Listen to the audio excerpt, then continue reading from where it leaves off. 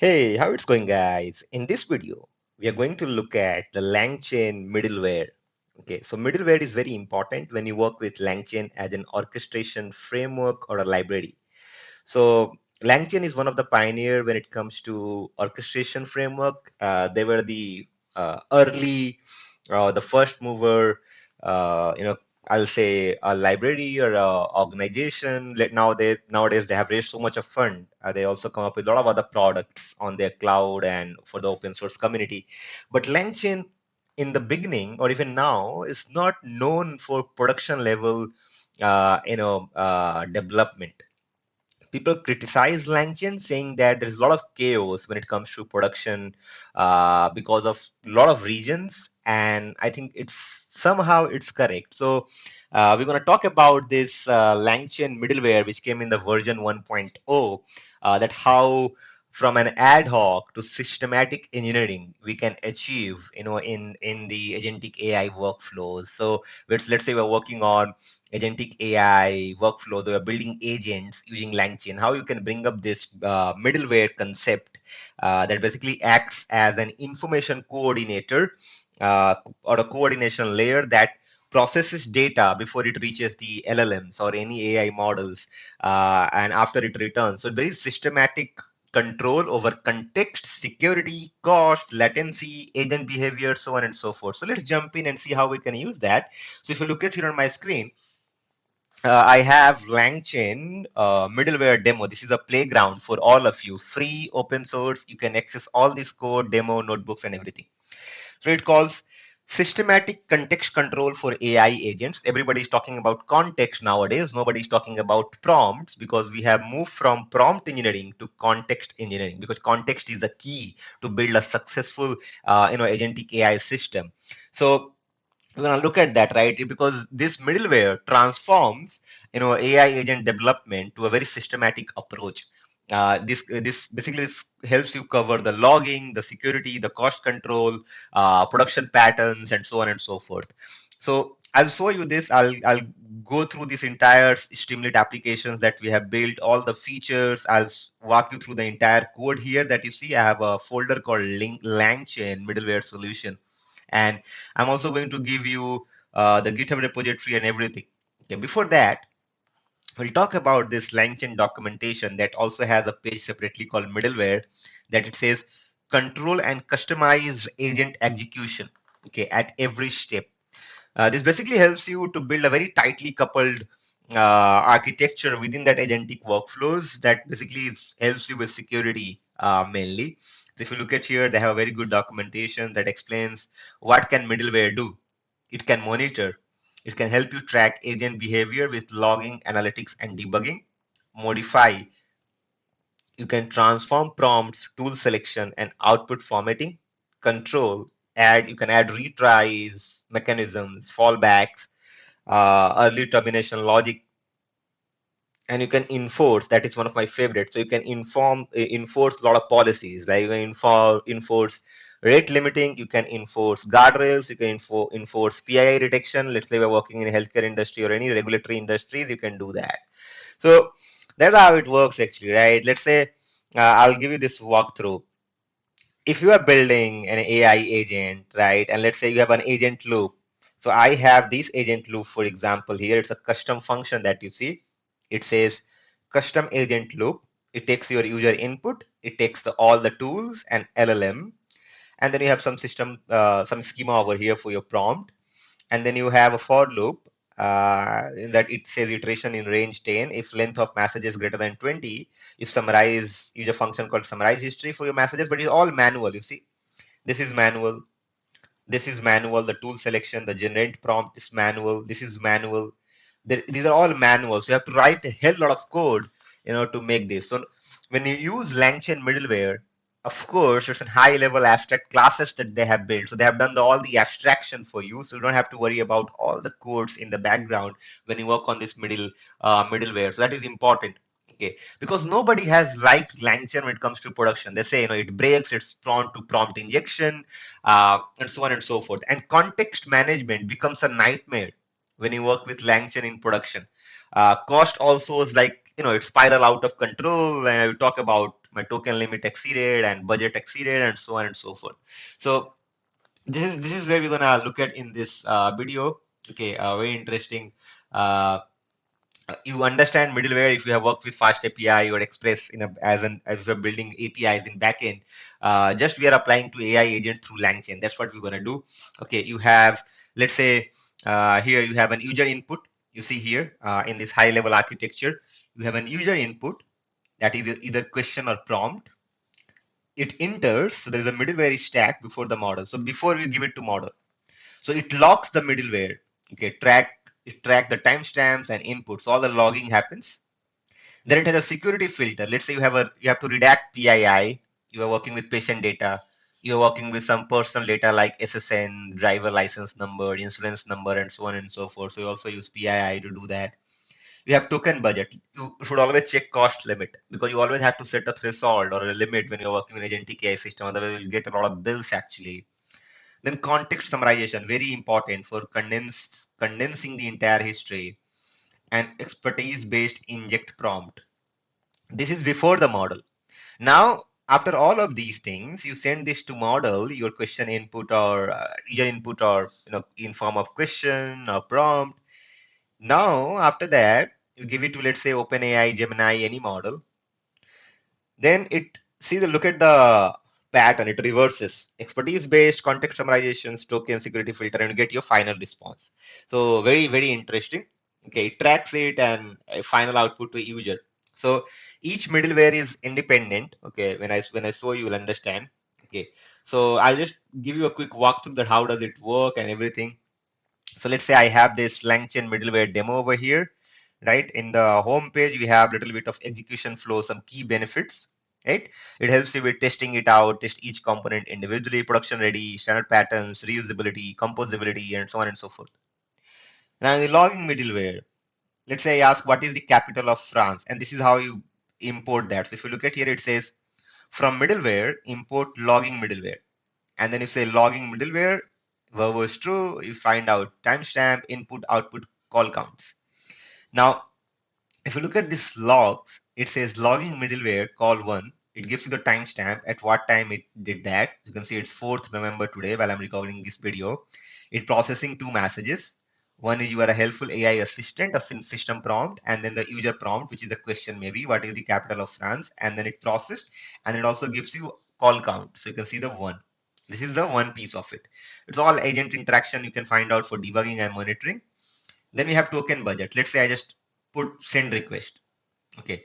I have 1,000 max tokens, max request 10s. I'm asking enter your message. So it says explain quantum computing in simple terms.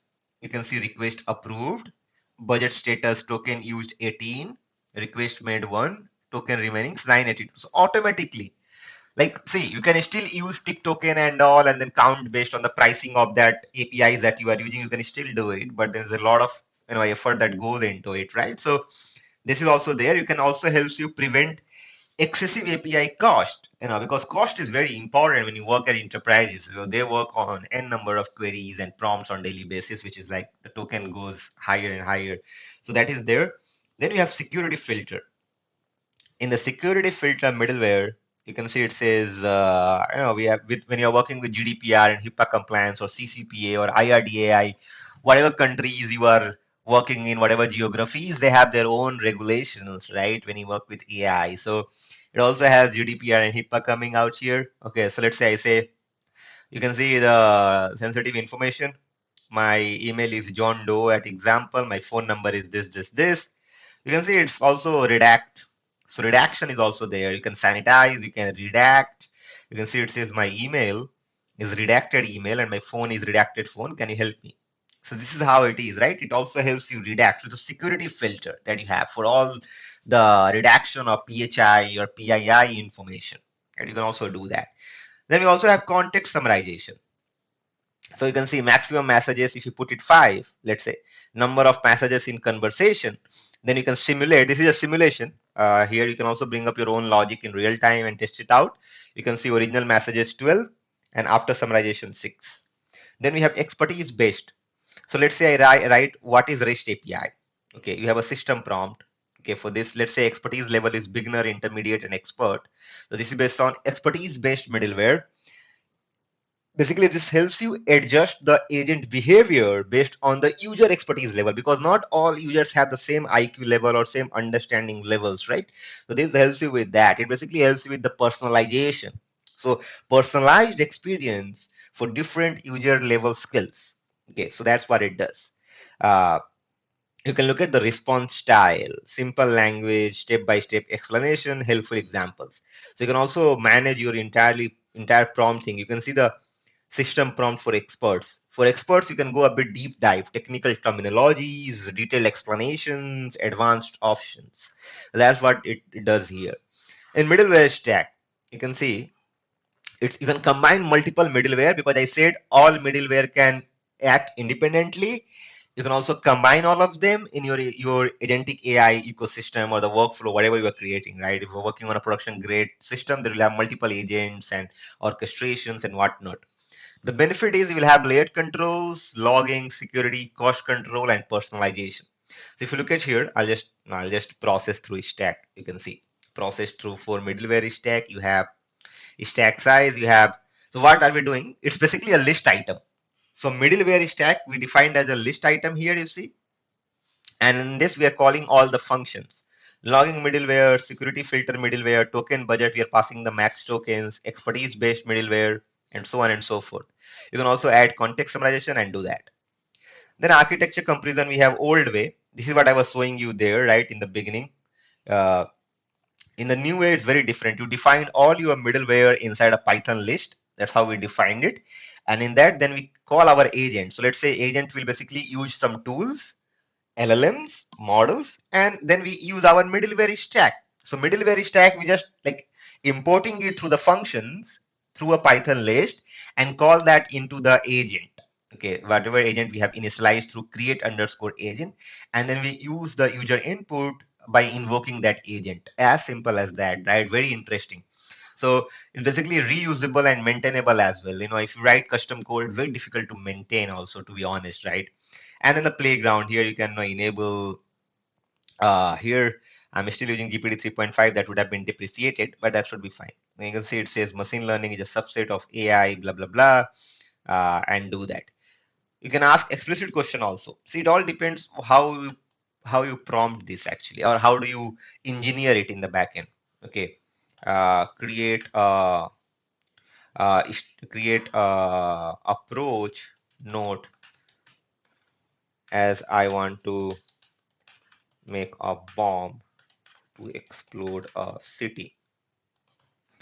I'll write something, run with middleware, calling AI middle. You can see it says, I'm sorry, but I cannot provide any assistance, so on and so on. And it all logs through the middleware.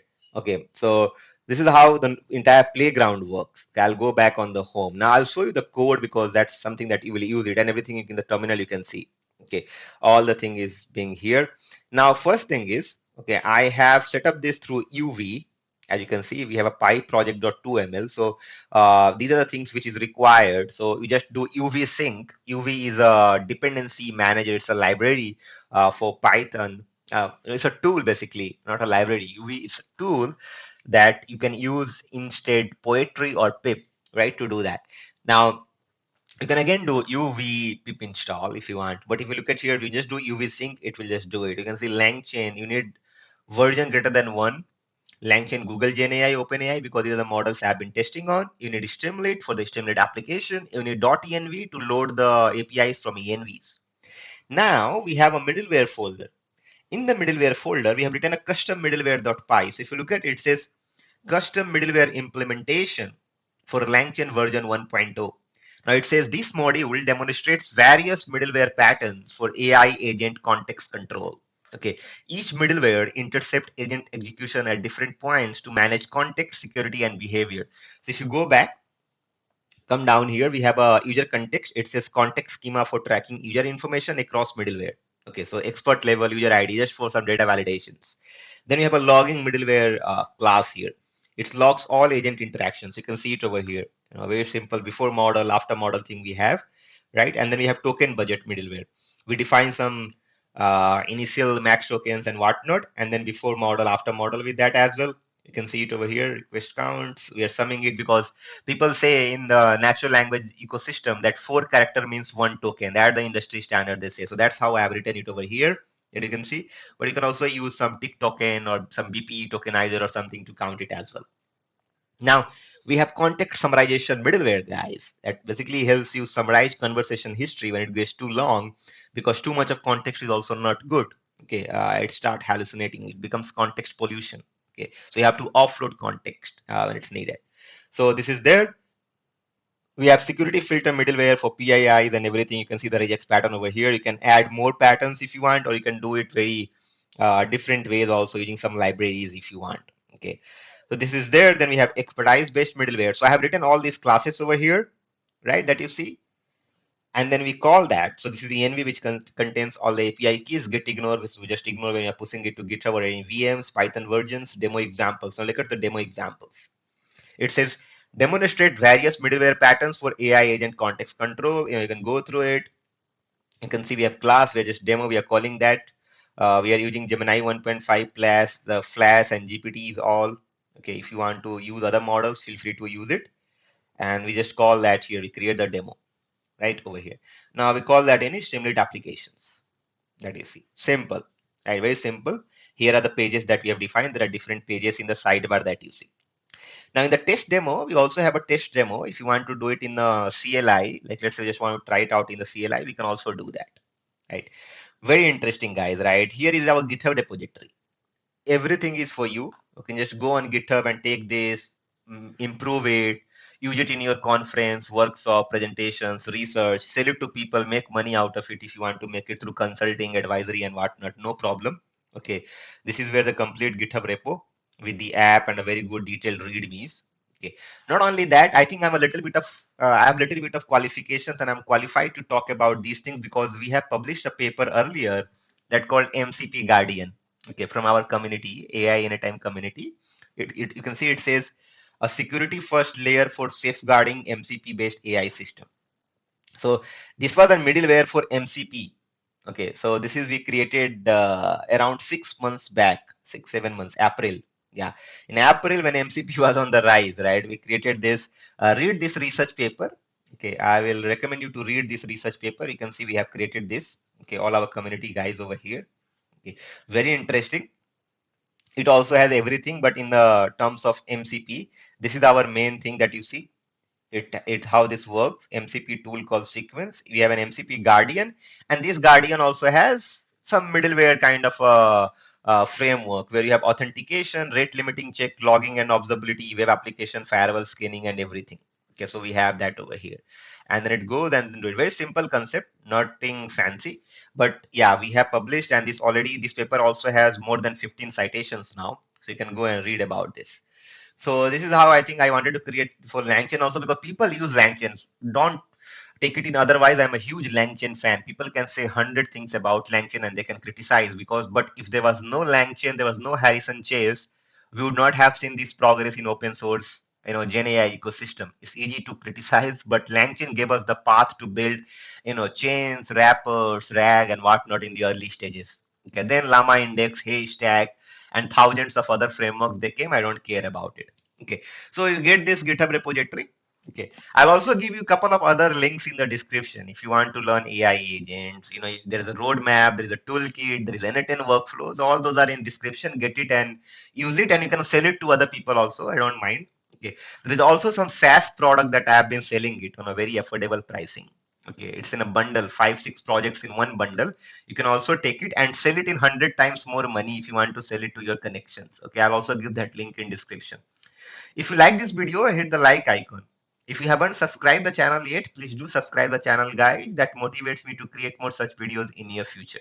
If you have any question, thoughts, or feedbacks, let me know in the comment box. You can also reach out to me through my social media channels. Find those information on channel banner and channel about us and this video description. That's all for this video. Thank you so much for watching. See you in the next one.